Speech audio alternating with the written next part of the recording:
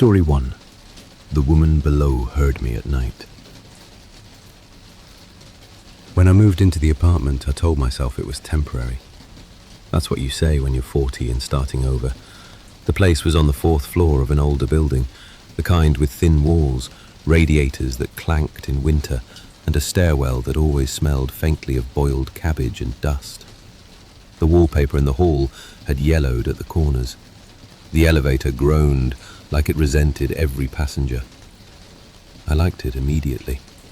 Not because it was beautiful, it wasn't, but because it was quiet.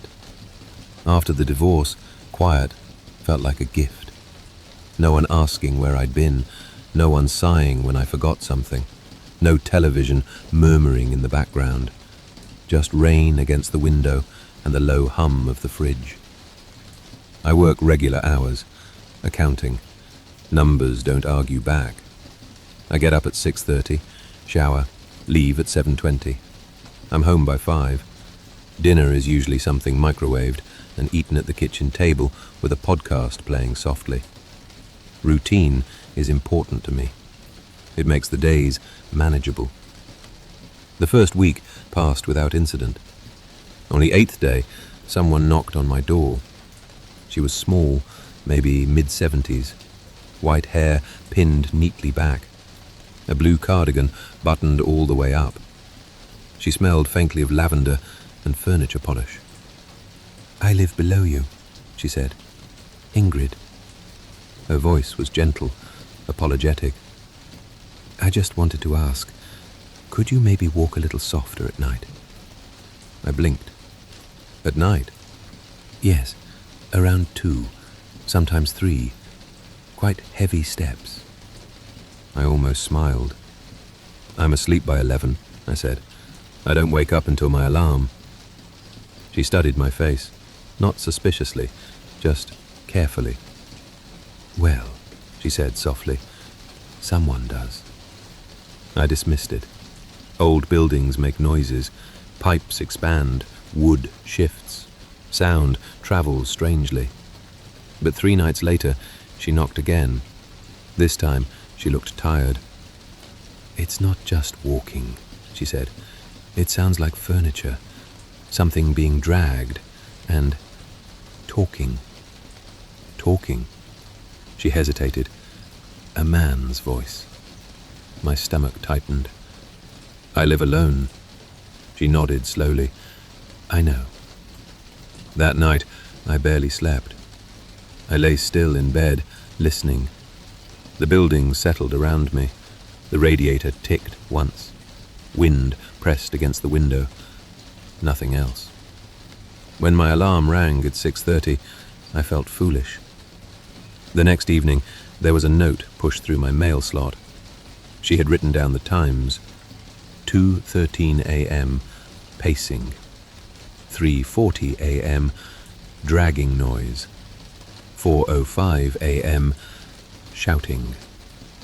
The handwriting was neat, careful. I checked my phone. Sleep tracker. Deep sleep, 1:58 a.m. to 4:47 a.m. No steps recorded. Still, something inside me shifted. I've had episodes before. After the divorce, there were nights I didn't remember clearly. Once, I woke up standing in the kitchen with no memory of leaving the bed. I blamed stress, or whiskey, or both. Stress does things to you. Maybe I was walking in my sleep. Maybe I was worse than I thought. I bought a small camera and set it on my dresser. "Just to be sure," I muttered. That night, I slept lightly, waiting for something inside me to rise. Morning came. I checked the footage. At 2:11 a.m., I was in bed. At 2:12, still in bed. At 2:13, the bedroom door slowly opened. The camera didn't capture the hallway. The timestamp ticked forward. 2:17, 2:24, 2:36. The door remained open. At 3:02 a.m., I sat up. I didn't remember doing that. I swung my legs over the side. I stood. and I walked out of frame. The video ended at 5:58. My alarm goes off at 6:30. 2.5 hours missing. I didn't confront the neighbor again. Instead, I started doubting everything. I began locking my bedroom door from the inside. I placed a chair under the handle. I put flour on the hallway floor to see footprints. In the morning, the flour was disturbed, but not by my bedroom door, by the front door, as if someone had stood there, or waited. 3 nights later, the knocking came again, not at my door, from below, a broom handle striking the ceiling. Bang, bang, bang. Stop! Ingrid's voice trembled from beneath the floorboards. I woke up startled in my bed. I hadn't moved. I hadn't spoken. Yet she was reacting to something. The following afternoon, I went downstairs. Ingrid opened the door before I knocked. We looked at each other for a long moment. "I think it's me," I said. "I might be sleepwalking." She held my gaze. I saw it then. Fear. "Come in," she said. Her apartment felt smaller than mine. Lower ceiling, warmer air. We sat at her kitchen table. "I just want to hear it," I said. "If I'm wrong." She nodded. We waited. Rain tapped softly against her window. A clock ticked somewhere behind us. Minutes stretched. I almost said I was sorry. Then, a step. Slow, heavy, directly above us. We both looked up. Another step. Measured. Not the uncertain shuffle of someone confused. Deliberate. Back and forth. Back and forth. My mouth went dry. "It's not you," Ingrid whispered. "No." The ceiling creaked faintly with each step. Ingrid's hands trembled around her mug. "That's not pipes," she said. Above us, something dragged across the floor. Long. Wood against wood. A sound followed. Low. Almost conversational. A man's voice. Not shouting. Not angry. Just speaking. Another step. Slower now. Directly above Ingrid's head. We both knew what was there. Nothing. My apartment was directly above us, and I was sitting in a kitchen chair, listening to something walk. The steps stopped. Silence pressed down, thick and heavy. We waited. One final step, right in the center of the apartment, as if it had chosen the place to stand. And then, nothing. The building settled into a stillness that felt wrong, too complete. Ingrid slowly released my sleeve. "It's quiet now," she said. I nodded. Above us, my apartment waited. Dark, silent, occupied. And sooner or later, I would have to go back up there. Alone.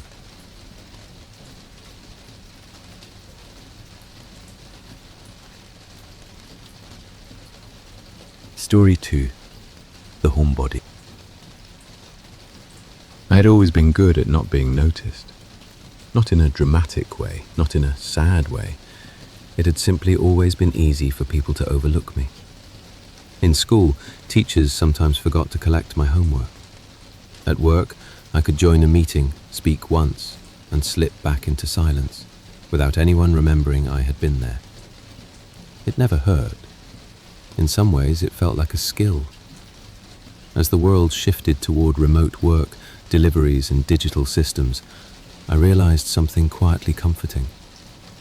There was now a way to live where being unnoticed wasn't a flaw. It was efficient. I had worked from home for years. My job existed entirely on a screen. I logged in, I completed tasks, I attended meetings. When the laptop closed, My workday ended without goodbyes or lingering conversations. Groceries were delivered, sometimes small orders, fruit, milk, bread. Sometimes full restocks in heavy paper bags stacked neatly outside my door.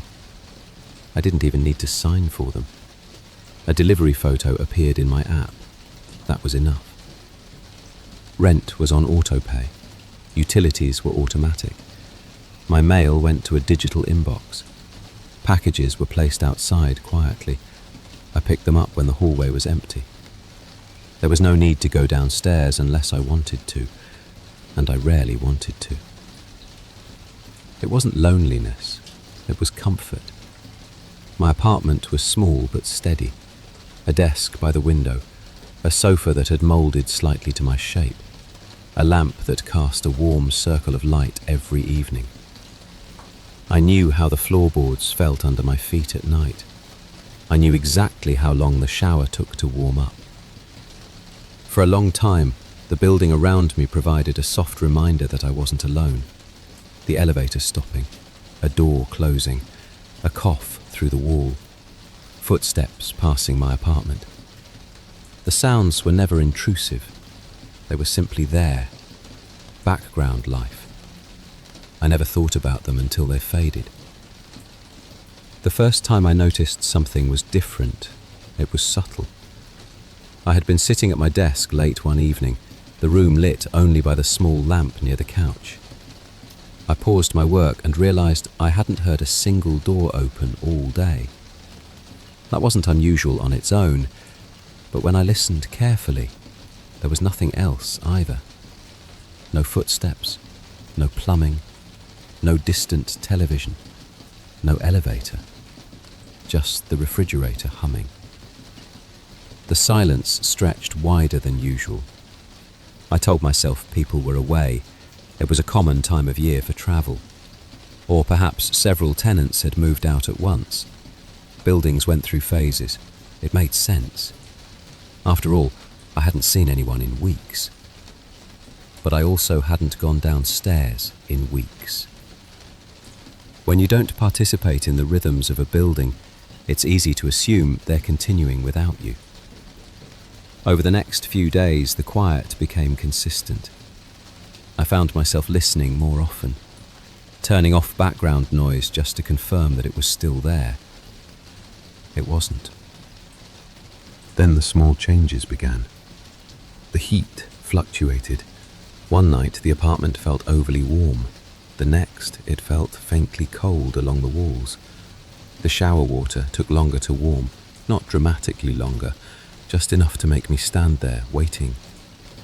The internet lagged occasionally.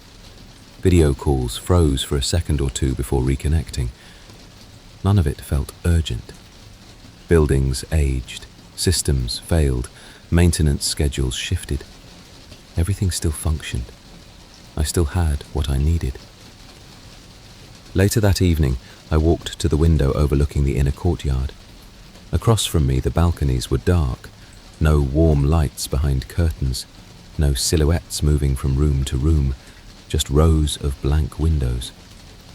Rain began to fall, soft at first, then heavier. The glass blurred the outlines of the building opposite mine until it looked like a smudged reflection. I tried to remember the last time I had seen someone out there watering plants, or smoking on a balcony, or talking quietly on the phone. I couldn't. The thought felt strange, but not frightening, just distant. That night, I went to bed earlier than usual. I woke to the building moving. At first, I thought I was dreaming. The bed shifted slightly beneath me, just enough to pull me toward consciousness. Then it happened again. A deep mechanical vibration rising through the floor. The room was completely dark. The power had never come back. My phone was dead. The air felt stale and unmoving. I stayed still and listened. There were no voices in the hallway, no doors opening, no footsteps running down the stairs, just a low mechanical sound somewhere outside, followed by a deep cracking noise that travelled upward through the structure. It wasn't random. It was intentional. Another impact landed below, and this time the walls responded. Not violently, just enough that I felt the shift in my bones. They weren't repairing something. They were taking it apart.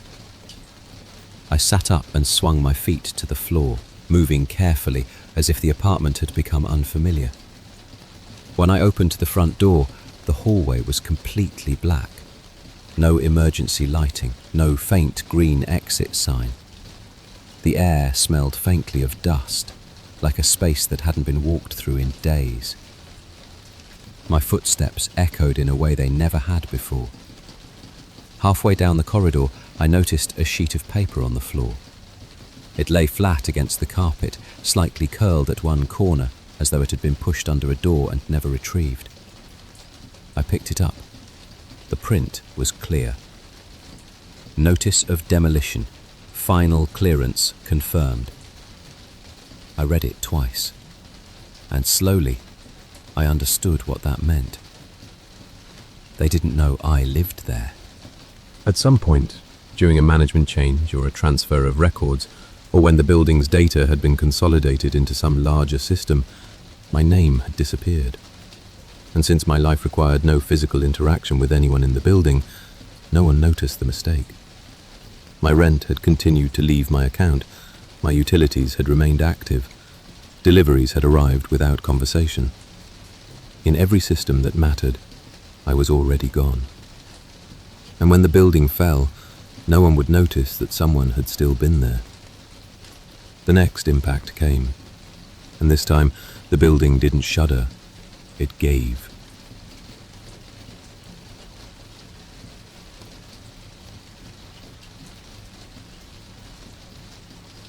Story 3.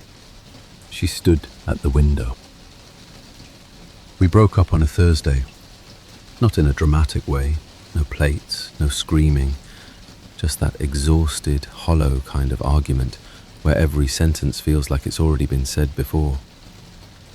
I can't keep doing this, Emma said. She packed a small suitcase. Not all her things, just enough to make it believable. When the door shut, it didn't slam, it clicked. Clean. Final. I stood in the kitchen for a long time after she left. The overhead light hummed faintly. The sink dripped once, then stopped. Around 9, it started raining. I slept on the couch.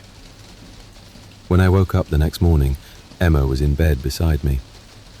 For a few seconds, I didn't think anything of it. My brain just filled in the blank. She cooled off. She came back. She rolled onto her side. "I'm sorry," she said. "I overreacted." Her voice sounded steady, almost rehearsed. "You came back late?" I asked. "You were asleep." That seemed possible. We'd done this before, broken up, repaired it, pretended nothing cracked. I didn't question it. That's the part I keep coming back to. I didn't question it. When I left for work, she didn't walk me to the door. She was standing in the kitchen, by the window. The lights were off. I assumed she was just watching the rain. From the sidewalk, I looked up out of habit. She was there, a dark shape against the darker glass, standing perfectly still, facing outward. I lifted my hand in a small wave. She didn't move. I told myself she probably couldn't see me clearly. When I came home that evening, I looked up again. She was there.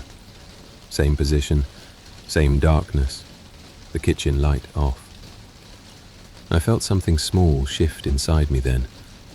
Not fear, just imbalance. When I unlocked the door, the apartment was warmly lit. Emma was on the couch. "Hey," she said. Normal. I didn't mention the window. The next morning she stood there again, and that night, and the night after. Every time I left, she was in the dark. Every time I came home, she was already inside. Once I asked what she'd done that day. "Nothing much," she said. She blinked less than usual, paused slightly before answering. "Small things. the kind you can explain away if you try hard enough. On Monday, I took the back alley home. I don't know why. Maybe I wanted to surprise her. Maybe I wanted to see if the pattern held. The alley runs behind the building. You can't see the kitchen window from there. I unlocked the door quietly. The apartment was dark. No TV, no lamp. Just the faint grey light of late afternoon through the window. Emma was standing in the kitchen, facing outward, completely still. The lights were off. She didn't react when the door closed, didn't turn when I set my keys down. I stood behind her for a long moment. "Emma," I said. She didn't move. Then, slowly, she turned her head. Not startled, not confused, just adjusting. "Oh," she said, "you're home." Like she hadn't been expecting that. That night, I woke at 3:17 a.m. No sound woke me, just the feeling of being watched. Emma lay on her back beside me, eyes open, looking directly at me. Not angry, not emotional, just observing. "How long have you been awake?" I whispered. "A while," she said. She didn't blink. Saturday morning we were both in the kitchen. Rain again. The city washed grey and quiet. She sat across from me at the table, hands folded, watching. My phone rang. Her name lit up the screen. I felt something cold settle into my chest. I looked at her. She looked back. No reaction. I answered. "Hello?" Her voice came through, slightly distorted by the speaker. "I was thinking of coming by today to pick up the rest of my stuff. Is that okay?" I couldn't speak for a moment. "You're here," I said. "What?" "You came back Friday." "No," she said. "I left Thursday. I've been at my mum's." The kitchen felt smaller suddenly. I looked up. She was still sitting there, hands folded, listening. Not confused, not afraid, just present. There was a knock at the door, sharp, real. I stood slowly. My legs felt distant, like they belonged to someone else. I opened the door. Emma stood there, rain in her hair, eyes tired, alive in a way the other one wasn't. "Hey," she said cautiously. Behind me a floorboard creaked. We both heard it. Very slowly, I turned. The chair across from the table was empty. The kitchen was darker than it should have been. The overhead light flickered once. Emma grabbed my arm. "Who are you talking to?" I didn't answer.